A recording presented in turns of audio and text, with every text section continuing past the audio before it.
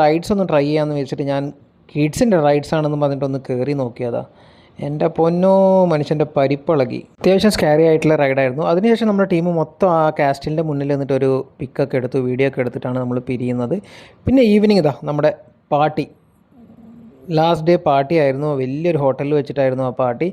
Entire team, അതായത് 45 teams ഉണ്ടായിരുന്നു, പല രാജ്യത്തു നിന്നുള്ള ടീംസ്. നമ്മുടെ ടീം ഇവിടെ ഉണ്ട്. ഒരു ടേബിളിന് ചുറ്റും 2 ടേബിളാണ് നമുക്ക് അലോക്കേറ്റ് ചെയ്തിട്ടുണ്ടായത്. അത്യാവശ്യം നല്ല ഗ്രാൻഡ് പാർട്ടി ആയിരുന്നു. എല്ലാ ടൈപ്പ് ചൈനീസ് ഫുഡ്സും അതേപോലെ ഈ ഡ്രാഗൺ ബോട്ടിങ്ങിൻ്റെ ഒഫീഷ്യൽസൊക്കെ ഉണ്ടായിരുന്നു, പ്രസിഡൻറ്റും അതേപോലെ ഹോങ്കോങ്ങിൻ്റെ ഹോസ്റ്റ്, അതേപോലെ കുറേ ആൾക്കാരൊക്കെ ഉണ്ടായിരുന്നു. ഇതാണ് ഫിഷ്, ഇത് ഞാൻ ട്രൈ ചെയ്തു. ഇതുപോലെ ഒരു സലാഡായിരുന്നു. പിന്നെ ഒരു സ്വീറ്റ് ഉണ്ടായിരുന്നു, അതായത് നല്ല ടേസ്റ്റ് ആയിരുന്നു. പിന്നെ ഇതാ നല്ല പന്നി ഞാൻ ആദ്യമായിട്ടാണ് കഴിക്കുന്നത്. അതേപോലെ ചിക്കൻ ഉണ്ടായിരുന്നു.